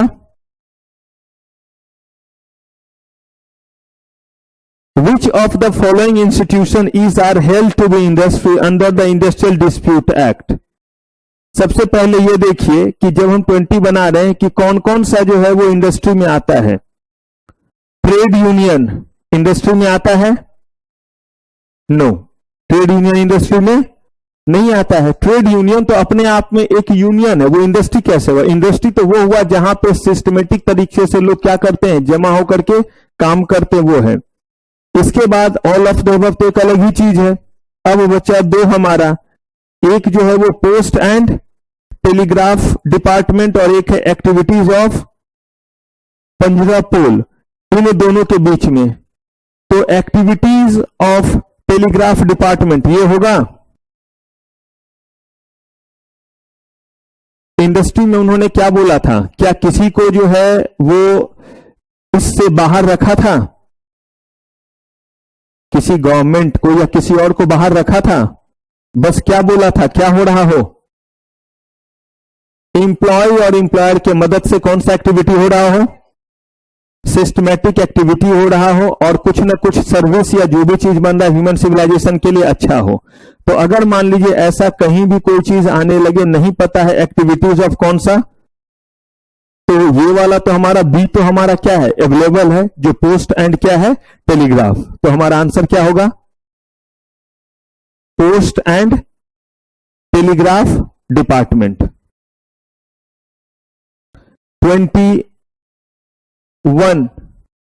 ये मुझे भी नहीं ध्यान आ रहा है ये क्या है, लेकिन ये जो है वो एग्जैक्टली नहीं, ये बेसिकली ना खास तरह के पुरोहित वगैरह वाले जगह को बोलते हैं। इसीलिए मैं बोल रहा हूं कि एग्जैक्टली नहीं ध्यान आ रहा है। जहां पूजा मठ और इस तरह के काम होते हैं ना, उस जगह को बोला जाता है। अब उसमें से ये जैन का है, बुद्ध का है, ये नहीं पता, लेकिन कोई ऐसे जगह है जहां पे रिचुअल, रिलीजियस और धार्मिक जो है वो एक्टिविटीज किए जाते हैं। तो ये जो धार्मिक एक्टिविटीज है उसमें कहीं उन्होंने ये चीज नहीं बोला कि उसमें कोई भी ऐसा चीज है जो ह्यूमन सिविलाइजेशन के किसी नीड को क्या कर रहा है, पूरा कर रहा है। आइए अब आइए 21 पे किनकी बारी है बताएं? मानवी डी सही है। 22 आंचल, इस बार तो सही नाम बोला है। 22 का डी, 22 का डी सही है। 23 मनिक, 23 का सी सही है। आइए अब 24 में अंकित, लगाइए अंदाजा जो भी लगाना है। अंकित ही नाम बोला ना, डी एकदम सही है। चलिए सही आंसर है। 25 पारस, उसमें जो लिखा है उससे नहीं, आपको जो इसका आंसर लगता है वो आप बताइए।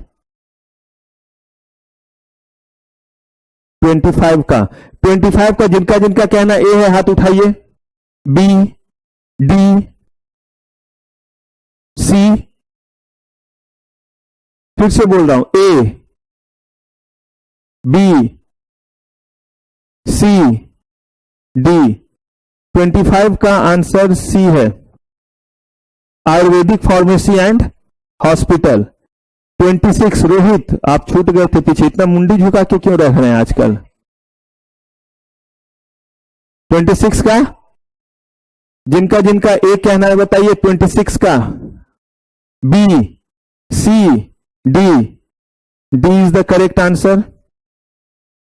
प्रेरणा 27, 27 का सी, जिनका जिनका कहना सी है हाथ उठाइए।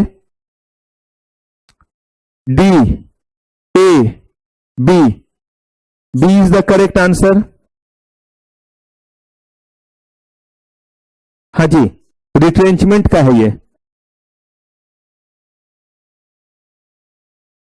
नहीं तो वो गलत हो गया, कोई बात नहीं। अगर सही में होता तो वो सही होता, आप क्रॉस कर देंगे। नहीं, कभी कभी हो सकता है कि ऐसा दो रहे।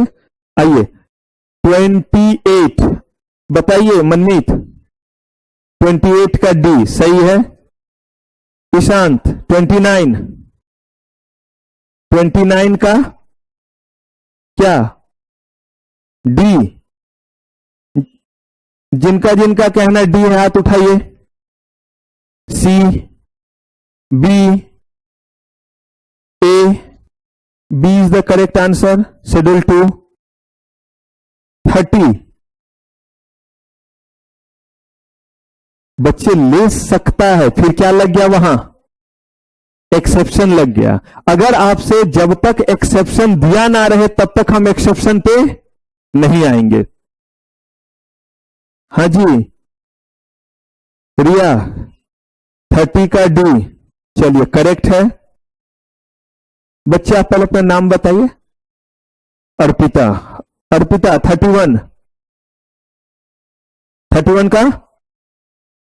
31 का सी, जिनका जिनका कहना सी है हाथ उठाइए। 31 का A, B, D, D is the correct answer. 32 Harshita, Ishita, क्या नाम बताया बच्चे?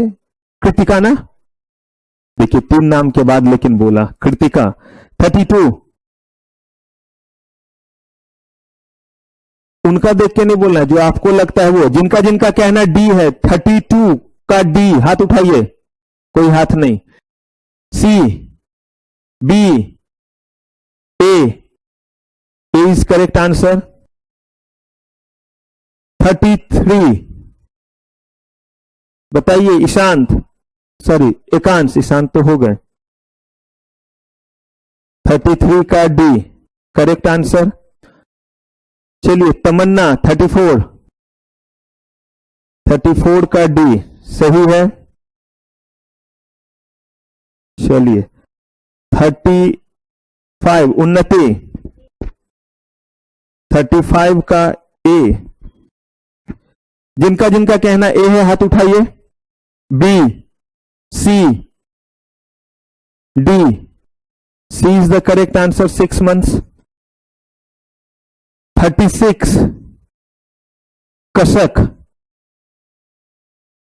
36 का ए, जिनका जिनका कहना ए है हाथ उठाइए। बी, सी, डी, 36 का C is the correct answer. आप देखिए वर्ड क्या, the legal process of resolving the dispute, it can refer to the legal process of hearing and cases dash. याद कीजिए क्या बार बार बोलता था, कुछ याद आ रहा है? एजुडिकेशन वर्ड नहीं यूज करता था। ये कहां से स्टार्ट होगा, किस जगह से? लेबर कोड से स्टार्ट होगा। चलिए 37 बताइए निकिता, 37 का डी करेक्ट है। 38 मानसी, हाँ तो भैया ये तो बस इंग्लिश का वर्ड है। 38 का सही है, शैल है, यानी कि उनके ऊपर ऑप्शनल है या कंपलसरी। शैल का मतलब कंपलसरी और मे का मतलब क्या हुआ? ऑप्शनल, चाहे तो वो करे। 38 39 बताइए अंकिता, 39 का सी करेक्ट है। 40 मुस्कान, 40 का ए, जिनका जिनका कहना ए है हाथ उठाइए। बताता हूं फिर इसमें B, C, D, correct answer D है। अब जरा सुन लीजिए, which of the following type of strike all call primary strike. Primary strike का मतलब होता है कि जो आप स्ट्राइक करने की अलग अलग टाइप हैं, जिसमें से एक हुआ स्टे इन स्ट्राइक, मतलब पूरे तरह से आप स्ट्राइक में क्या किए हुए शामिल हैं, उनके साथ बैठे हुए। जैसे अभी मान लीजिए कि पहलवान लोगों का जो इशू आया था, रेसलर लोगों का, तो जो लोग उनके साथ थे वो क्या कहलाएं? स्टे कहलाएं। सिट डाउन स्ट्राइक, इसका मतलब है कि हम काम पे हैं लेकिन जो है वो जगह पे गए हुए हैं लेकिन काम नहीं कर रहे, सिट डाउन बैठे हुए हैं। Tool down strike, tool down का मतलब है कि हम किसी भी औजार और हथियार को हाथ नहीं लगाएंगे। तो वहां पे क्या आपको जो है वो बारातियों के लिए बुलाया कि आइए और बारात में आइए, इसका मतलब वो क्या है? आपका स्ट्राइक है। और ये सब क्या है? आपका प्राइमरी स्ट्राइक है। 41 किनके पास पहुंच रहा है बताइए? पिंकी, 41 का A is a serious case of misconduct, is not अच्छा 41 का ए, जिनका जिनका कहना ए है हाथ उठाइए। बी, सी, डी, सही आंसर इसका डी है, ऑल ऑफ द अबव। यानी कि ये जो है वो साफ तौर पे जो है वो स्ट्राइक नहीं बल्कि ये मिसकंडक्ट माना जाता है। अगर आपको गिला शिकवा है तो आप क्या कीजिए, गिला शिकवा है, जायज है तो आप क्या कीजिए, स्ट्राइक पे जाइए, आप अपने बातों को रखिए। लेकिन इसका क्या मतलब हुआ कि आप जो है वो ना स्ट्राइक पे है ना कुछ, जहां पे आप 10 कुर्सियां बनाते थे वहां पे जो है एक कुर्सी बना रहे हैं, तो कहीं ना कहीं इकोनॉमी को इससे नुकसान होगा या नहीं होगा? हाँ, स्लो डाउन का मतलब है कि काम पे तो आए हैं लेकिन जहां 10-10 कुर्सी बना लेते थे एक दिन में, अगर आप कुर्सी वाले कंपनी में थे तो एक बना रहे, यानी स्लो काम करना। ये क्या कहलाया आपका? जैसे नहीं पढ़ना है मत पढ़िए, घर वाले अक्सर बोलते हैं, लेकिन ये क्या हुआ कि ऐसे किताब लेकर के बैठे हुए हैं और ध्यान कहीं और, वो आ तो नहीं गई होगी, वो आ तो नहीं गया होगा, अब क्या करेंगे, आज हम नहीं गए हैं, आज मेरा तबीयत खराब है, कौन कहां बैठा होगा, क्या बात हो रहा होगा। तो ये जो चीज है इसी को क्या बोलते हैं, यही जो है आपका कहलाया गो स्लो। तो ये एक्टिविटी क्या, ये एक्टिविटी जो है वो कहा गया ये मिसकंडक्ट में आता है, ये स्ट्राइक नहीं है बल्कि मिसकंडक्ट है। 42 बताइए मुस्कान, 42 का बी, 14 और 6 उल्टा तो नहीं होगा?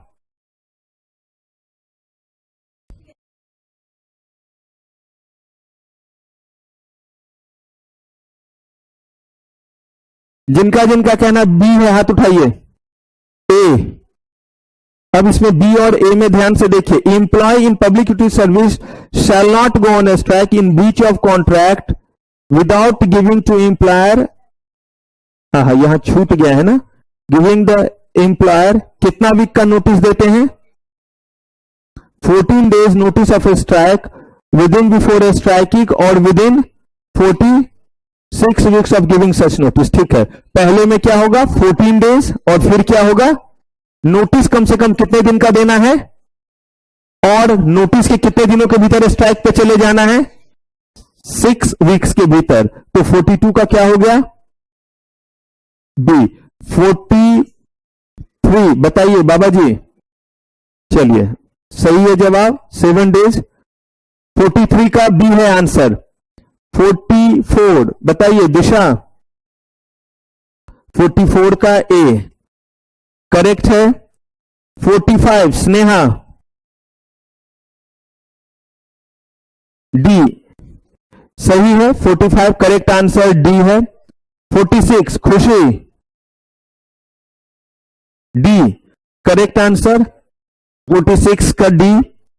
47 हाँ जी पीयूष चावला, 47 का सी, जिनका जिनका कहना सी है हाथ उठाइए।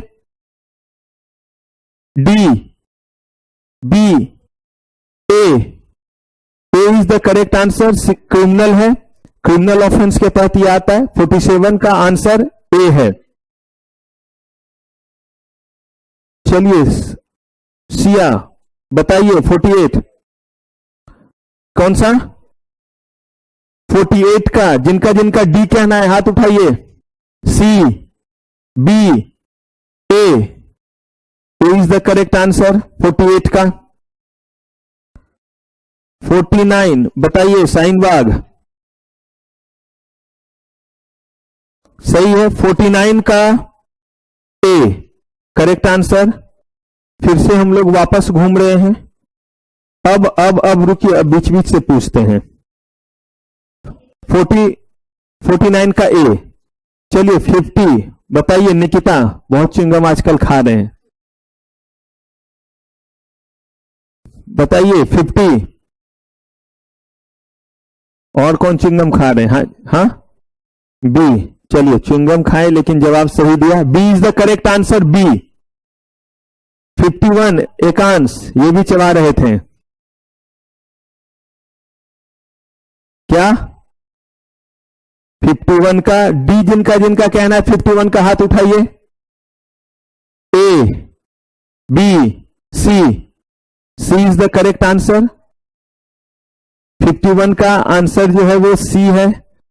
चलिए 52, 52, 52 कौन बताएंगे? चलिए, तमन्ना। 52, 52 का जिनका जिनका कहना बी है हाथ उठाइए। A, B, C, D. 52 का करेक्ट आंसर ए है।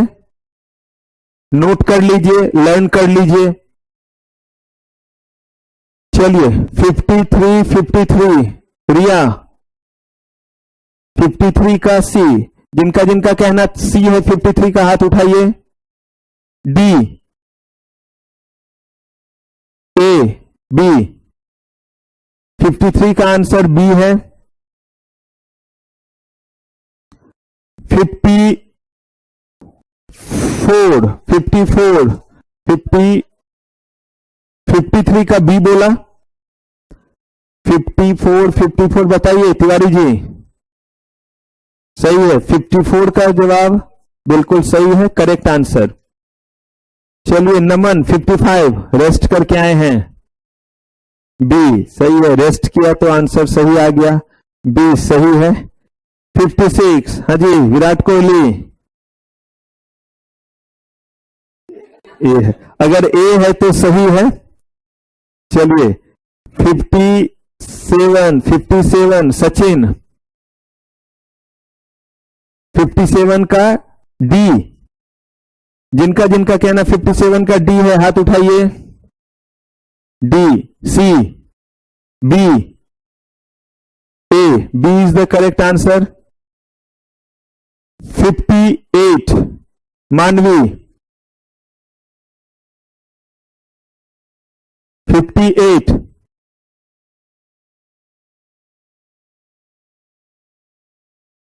चलिए सही है। 58 का अब जैसे बोला हो, दांत पीस रहे थे तो ये कर रहे थे वो कर रहे थे, लेकिन 58 का जवाब सी करेक्ट है।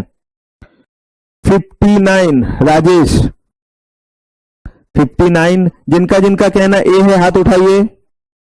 B, D, C. C is the correct answer, false statement. 59 का आंसर सी है। चलिए 60, 60, 60। चलिए गुप्ता जी, तानिया गुप्ता। 60 का जिनका जिनका कहना ए है हाथ उठाइए। B, C, D. Correct answer इसका बी है। दोनों में no no. Work to rule amount to a strike, no. Every legal strike is justified strike, no. ध्यान से एक्सप्लेन करूं, समझ गए?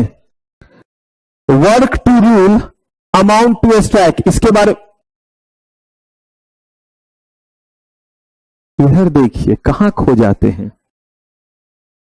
वर्क टू रूल पता है ये क्या चीज हुआ? वर्क टू रूल का मतलब हुआ कि आप देखते होंगे कि किसी भी मैरिज वगैरह में, फंक्शन वगैरह में कुछ खास बुआ जी या मामी जी वगैरह होते हैं, वो इतना जो है वो काम करते हैं कि अंत में कहना पड़ता है कि अगर आप नहीं आते तो ये हमसे अकेले ये शादी नहीं हो पाता। नहीं, बहुत बार लोग बोलते हैं। तो कुछ ऐसे लोग होते हैं जो इतना काम करते हैं कि कहते हैं वर्क टू रूल, वो काम के बेसिस पे जो है वहां रूल कर रहे होते हैं। ऐसे ही कुछ लोग हैं घर में या किसी भी जगह पे इतना ज्यादा वो काम करते हैं कि कहिए कि लोग उनकी बड़ी इज्जत, या कहिए कि लोगों के बीच में बड़ा मान उनका। क्यों? क्योंकि वो काम ही इतना कर दे रहे हैं लोगों के लिए। तो कहा गया कि work to rule amount to a strike. बोला गया कि नहीं, ये स्ट्राइक नहीं है, ये तो और आप क्या कर रहे हैं, ज्यादा काम कर रहे हैं। और दूसरा, every legal strike is justified. देखिए, किसी चीज का जस्टिफाइड होना और लीगल होना दो अलग अलग बातें हैं। जैसे आप जो है वो कोई इलीगल एक्टिविटी नहीं कर रहे हैं, अगर आपने जो है वो क्लास में जो है वो बाएं मुड़ा दाएं मुड़ा और बता सब ठीक है, मिलते हैं क्लास के बाद, मजा आएगा। क्लास ही जो है वो सजा है, बाकी तो पहले भी मजा और बाद में भी मजा, ब्रेक में भी मजा, क्लास ही बस एक सजा। तो अगर ऐसा कुछ किया तो ये इलीगल के दायरे में नहीं आया, but it is not what. तो कहा गया कि लीगल चीज जरूरी नहीं कि हर केस में क्या होगा, जस्टिफाइड होगा। क्लियर है ये चीज?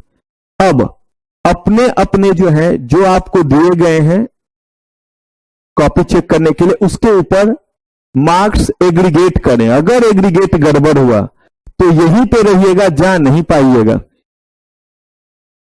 टोटल कर दीजिए जितने, एक बार फिर ध्यान से सुनिए, जितना सही है बस वो मार्क्स देना है। अगर कुछ गलत है तो उसका कोई नेगेटिव नहीं है।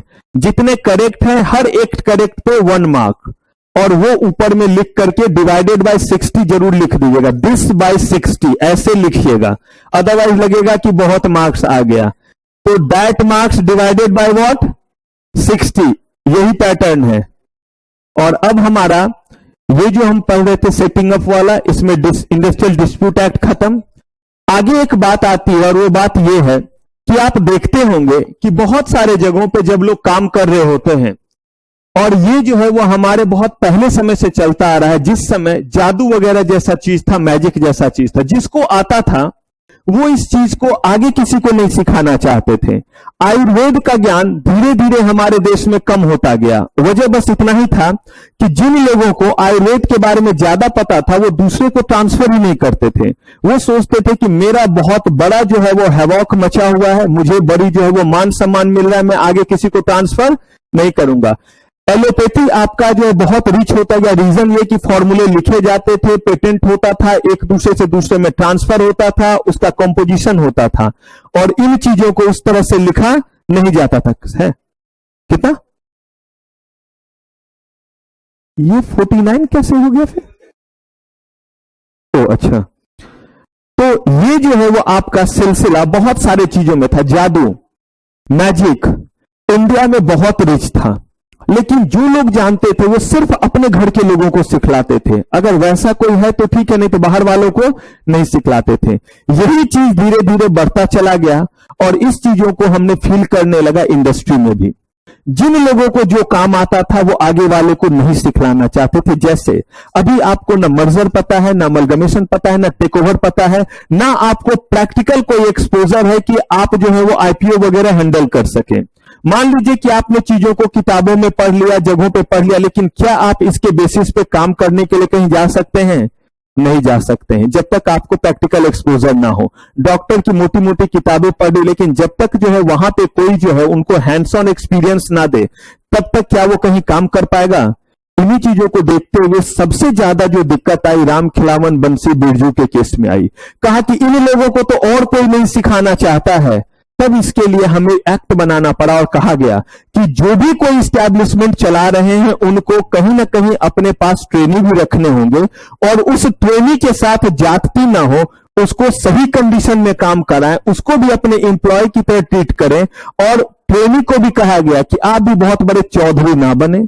ट्रेनिंग के लिए गए हैं तो आप भी अपना पूरा का पूरा एफर्ट लगाएं, और एक रीजनेबल टाइम में उस सीख करके निकले। ये नहीं कि सीएस 5 साल में किया तो लोग पूछेंगे ये कोर्स तो है ही नहीं 5 साल का, आपने किया कैसे 5 साल में, ये चमत्कार किया कैसे? तो कुछ बोलेंगे 5, मैंने तो रजिस्ट्रेशन डी में वो कराया है, मैं तो 7 में करूंगा, और देखो हो भी पाता है या नहीं हो पाता है।